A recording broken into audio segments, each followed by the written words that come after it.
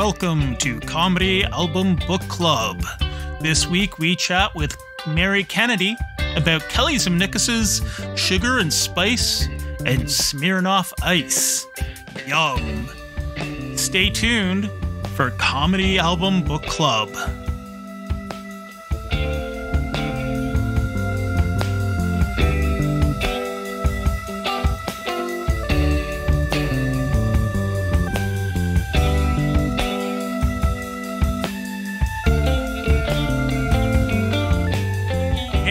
Thanks for tuning in. This is Matt Ardill, your host, and this week I have a real treat. I am joined by Mary Kennedy, my co-host on Order Up, or another podcast that I work on, but she is also an amazingly funny comedian. She has a one-woman show, terrific actor. She was New Fiona on Shameless. And today we're talking about our friend Kelly Zemnickis' album, Sugar and Spice and Smirnoff Ice. It is a hilarious album. Kelly, you may remember her from our last episode. She is a Toronto-based comedian. She has been doing this for many years now, and you can see her hosting multiple shows around the city and just generally being a kick-ass funny person. She also regularly performs around the world. So yeah, check her out. Definitely buy her album, Sugar and Spice and Smirnoff Ice. It is on Bandcamp. I highly recommend it. Go and buy it now before you listen to this episode. That way you can enjoy it the most. Anyways, thanks for tuning in, and welcome to Comedy Album Book Club.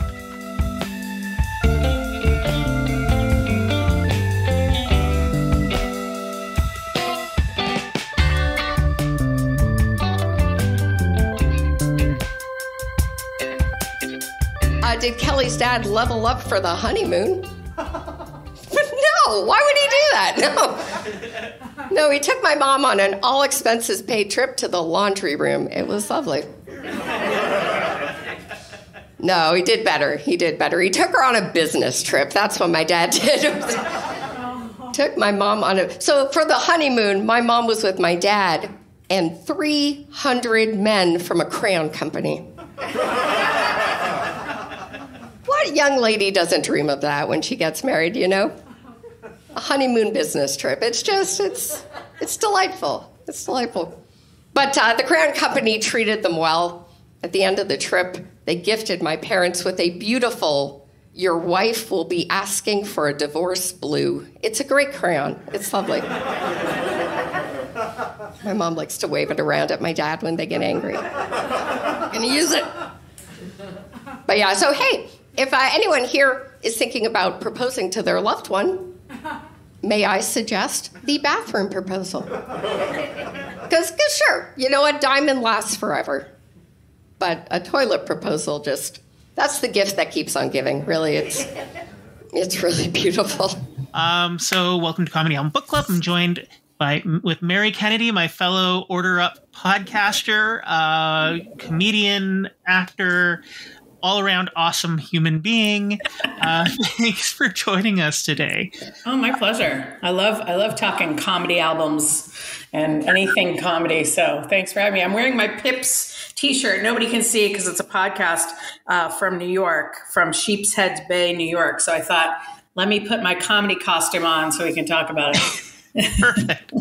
So you chose our friend Kelly Zemnickis' album, Sugar and Spice and Smirnoff Ice. So what inspired you to choose that album? Well, so Kelly is younger than me. I'll just put it out there so she doesn't feel like I'm aging her. She's younger than me, but she's talking about stuff that I'm interested in. Like, you know, she talks about pantsuits. Like, I understand, and menopause and relationships and her parents and, you know, our generation, you know, we're dealing with all of those kind of issues. I mean, pantsuits is a real problem. But, you know, and what's refreshing about her album is it's in my sort of age range and voice.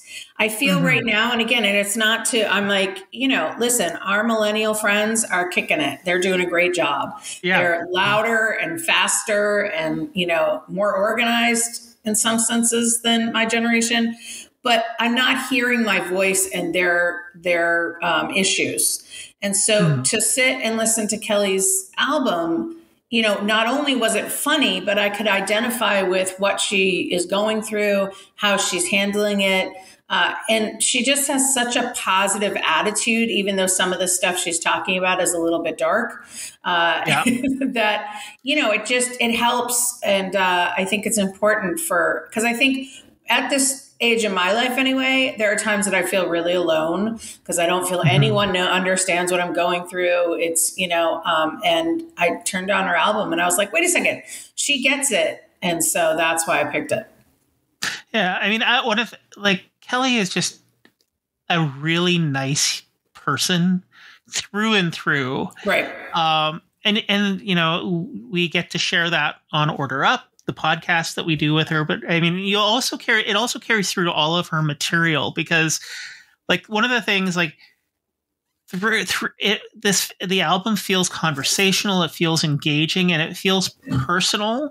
But in a way that's just like you're sitting with a friend, like just a very funny friend who's sharing their stories with you, which is one of the things I really liked about the album. Yeah, and she also, the audience, I felt were her friends. I mean, you know, and I felt like they just got her from the minute that she started her album. And I think that's important, especially, you know, anyway, for me and my comedy, I just want people to know more about me. And I really feel like by the end of the album, we really got to know who Kelly is and we want to know more about her. And that, I think, is a successful album. Yeah. And full disclosure, my laugh is riddled throughout that album. So, and it's very off-putting. I'm like, oh my God, I sound like a lunatic. That was you. That was you. Yeah. I knew it sounded familiar.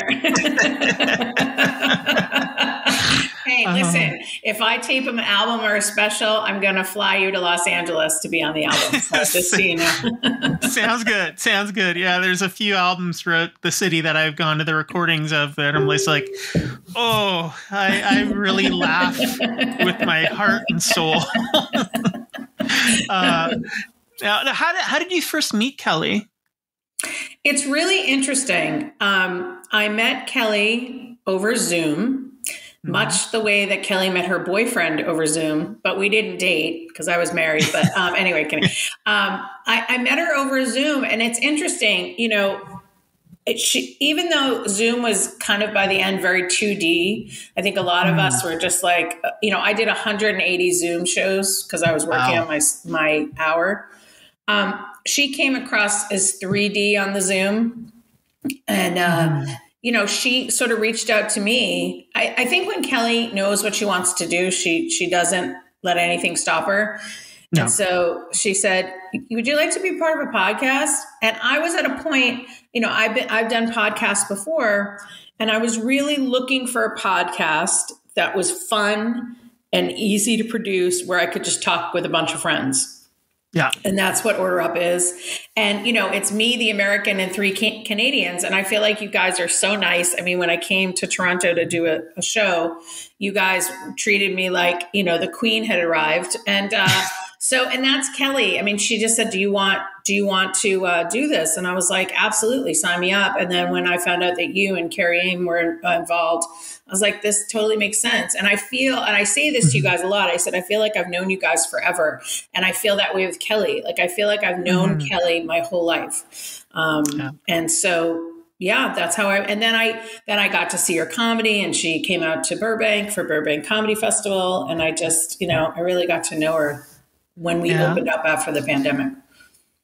And I mean, that's one of the things that I find, comes through in her album too, and in all of her comedy, but in the album in particular, it's just very welcoming, and it's universal. Like it is directed towards people of a certain age, and, you know, our age group as we get older and suffer from our various ailments and body changes. Right. But there's still some like the stories about her parents are so delightful. And her dad, her impression of her father Yeah, who's Latvian, but yes. He I got to hang and live at their house when I was out in Toronto, and I got to meet the fam. And her mom is English and her dad is Latvian, and he would come out into the kitchen when I was getting breakfast, and he was very concerned that I wasn't eating enough, and he'd be like, "Can I make you an egg? Can I make you this?" And it was, I felt like I was home, and that's really important, especially when you go. I had never been to Toronto before, and so it really felt like family, and Kelly feels like family. And one of my favorite bits on the album is when she talks about her parents' honeymoon, and that her dad took her mom to a crayon convention for their honeymoon. Like I don't know, my honeymoon was in Maui, but okay. I mean, I just I get it. Like if I was responsible for planning my honeymoon, I probably would have done a comedy set, which my husband wouldn't have been happy about, but I probably would have did a comedy tour, Yeah. We have a trip to Miami in a couple of months, and it's part of it. The first half of it, I'm doing a business trip, and then we're staying a little bit longer. And then my plan is to try to get some stage time while I'm down there. So and vacation doesn't mean I get to rest. It just means I get to work in different places. Well, and is your wife with you in Miami? Yes. Yeah, and my mother-in-law. So that's why I figure I've got a... So we're bringing the mother-in-law to Miami. So. Yeah, well, and you'll sneak out, because I did that in New York. Like my husband, we were there for a wedding, and our kids were with us, and he's like, no shows. But I'm in New York City. So like I'm on, the Facebook, and I'm like, people go, can you perform here? And it was like at a youth hostel. And I was sneaking out. I was like, oh, I think I'm going to go to Zabar's. And my husband's like, you are not going to Zabar's. You have a gig. And I go, no. And he's like, Mary, you're in full hair and makeup. You're going to a gig. I'm like, all right, see you later. And I was like, see you later. Bye-bye. But you know what I mean? So it's, and here's the other thing about comedy albums that I want to talk about. And this is also me coming in as a teacher. I really feel like what was so nice about this comedy album, and not that it's a bad thing when you are sort of moved around through network. Like if she was doing a network special, say, right? I feel like sometimes when they want sort of the style of the network, or the people that are involved in booking you for the album want a certain tone, sometimes we lose the essence of the performer that is there because they have to adhere. I mean, we've seen this a lot on specials, we've seen this especially on network TV where, the FCC in America anyway is like right in your ear. So what I loved about the way she did this album is I don't feel like her voice was at all diluted.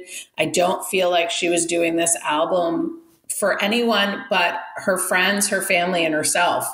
And, I feel like for us as comics, we have to, sometimes our identity is elevated, but I really feel like Kelly's identity was pretty close to what we're used to seeing on a day-to-day basis. And it's very easy to listen to, too. I didn't sit there and go, oh, that's set a punch. Like it was very conversational and funny. Not that it wasn't funny, but I didn't feel like Kelly was on, and this is my album. And, so it was really easy to listen to. I don't know. Did you feel that way, too? Yeah, I did as well. I mean, it had, like, if I had to compare the feeling to another comedian, I'd say kind of like Mike Birbiglia, in that there was a thread of a story through there that, about her life, about the last, several years through the pandemic and her journey as a comedian to that moment. It felt like, hearing a friend letting you know how they were doing and what was going through their head. It felt like too, like one of the things I liked is, she is kind of making lemonade from lemons at some points, like with the dating stuff. Yep.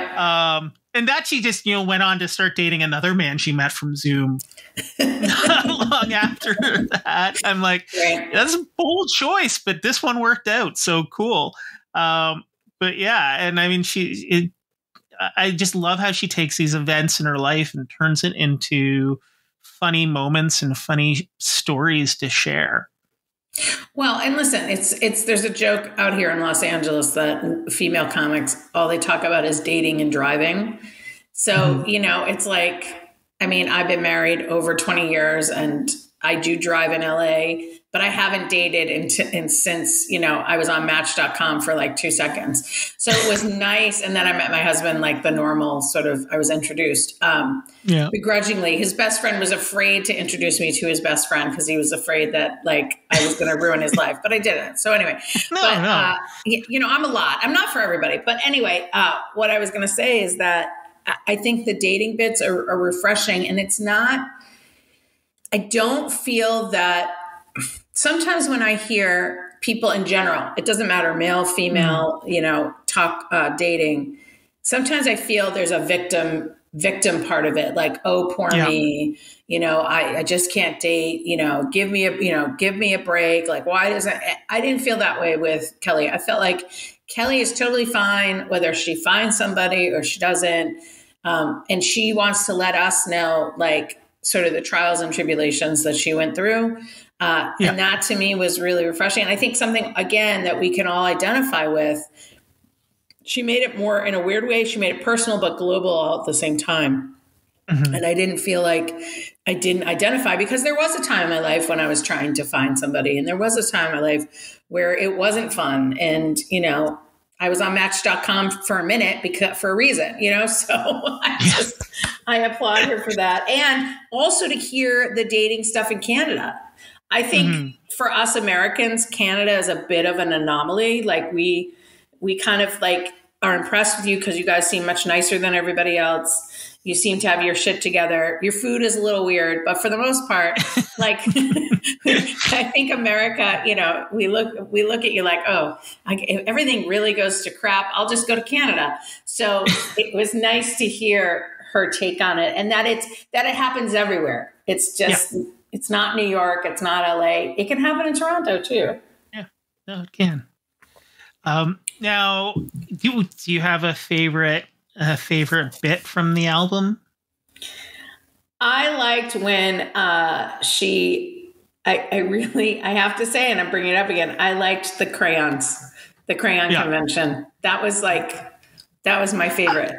I wanted to hear more about that crayon convention. Like, if I ever meet her dad again, I'm going to ask him about it, because it's just like, what happens at a crayon convention? Like, do they just like debate rappers and crayon color names? Like that's a story in itself. And I think that's the thing, is like, wait a sec, she said crayon convention? Well, and if you think about it, well, it's like from The Devil Wears Prada, like cerulean blue. I had no idea that was color, you know what I mean? But it kind of like, and again, this isn't to do any shade with her parents. They were the most lovely people I've like ever met. And I met her dog too. I think when you hear your parents' journey in marriage, like, my parents, they were married, then my mother came out of the closet. So, it just sort of didn't really work the way we thought it all was going to work. Their honeymoon was in Bermuda. Some things went wrong with a horse. Like my mother, like hated riding the horse. Like there were signs that, oh, maybe this isn't going to work out. With Kelly, like I have such a picture of who her parents are. And in a weird way, it makes sense that they went to a crayon convention, and her mother was kind of like, all right, like, well, and given that like the proposal, and this is in the album, the proposal came from the toilet. Yeah, it's just like, this is all very on brand. This is just But it kind of gives Kelly this skewed view of, like, oh, I don't know if Kelly would be like, I think Kelly would be like, oh, we're not going to go to a crayon convention. Like, I think she has an idea of kind of what should be. And I just think it makes sense. And her parents put the seeds in very early for her to become a stand-up comedian. Yes. They gave her material out of the gate. Well, and also, and sorry to interrupt you, but I just thought of this. Also, with her father being Latvian, we don't hear about that. Like, that's another thing. And then you think, oh, he's Latvian and he's up in Toronto. And, Kelly also had a life in Quebec. So it's this very sort of worldly kind of existence. I don't know. It's a lot. It's a Canadian was one of the Canadian immigrant experiences that, and in comedy, you get a lot of, and I welcome all of these different stories and different viewpoints, but hers isn't one that you really see very often. Like an Anglo Europeans, Anglo living in Quebec, moved to Toronto. It's Canadian, is Canada, and it's very unique in that regard. So it's cool to hear. I mean, for me, one of the things I really loved was when she started talking about getting tattoos late in life. I mean, I didn't borrow the money from my parents, but I was in a similar, and that feels very Gen X. Like for a lot of us, it's like, we're just like, I don't know. This is a big commitment. I know it's okay now, but because, when we were kids, it's like, there's the rebels who did it, but a lot of us were like afraid. I mean, I know I was, and I was like 29, 28 when I got mine. Right. So, but I really enjoyed, and the twists, like she's very good at like, just the little last minute twists on the jokes where it's like a switcheroo, kind of thing, like the Duran posters and these little touches that she adds like with a flourish. Yeah, and you don't expect it, and that's good writing. Yeah. I mean, that's good writing, and also it's in her voice, and that is something that you can't teach that. I've tried to teach it. You can't. It's either somebody has that comedy voice where it's uniquely them. I mean, Maria Bamford has that. Maria is unique. Like that's her voice. No one is gonna go in and steal Maria's stuff. Like it's Maria. No. And I feel that way with Kelly. It's like nobody else is gonna do Kelly's material or have Kelly's experiences. And if they did have Kelly's experiences, her view and her look at it make it such a different ride. Yeah. And I think that's important. I think that's important to when you're doing an album or when you're on stage or creating a career. But I have not gotten a tattoo because that's a deal breaker for my husband. He no smoking and no tattoos. And I said, all right, but our kid wants one at 17. And I've said, we'll see. And I would be so happy if they did get a tattoo, because then I could just laugh and laugh and laugh.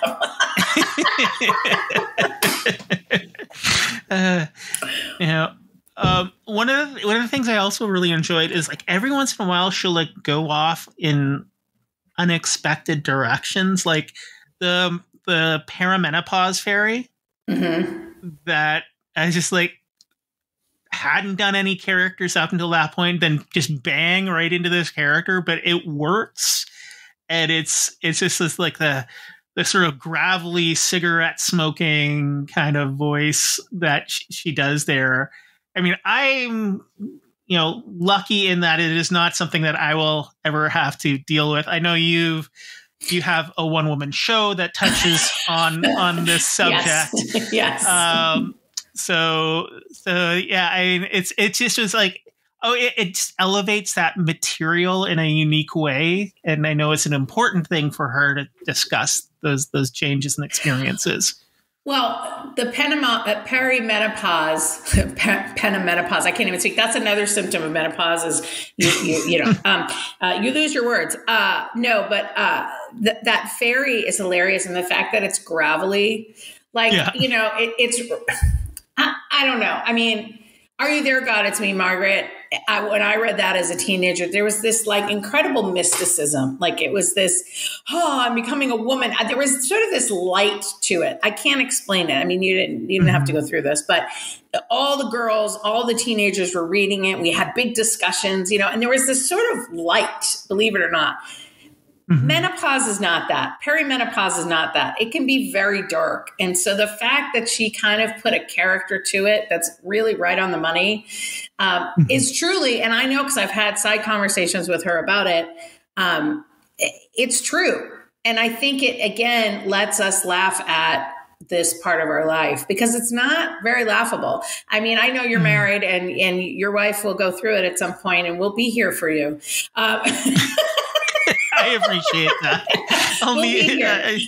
She's Scottish. She has random bouts of Scottishness, so I'll need that place. Yeah. Well, that she'll go into perimenopause with a sprinkle of Scottish, but and that was a horrible Scottish accent. But anyway, what I was going to say is that is something, and again, that it was another favorite part of mine of her album because she put into words and into character something that is just.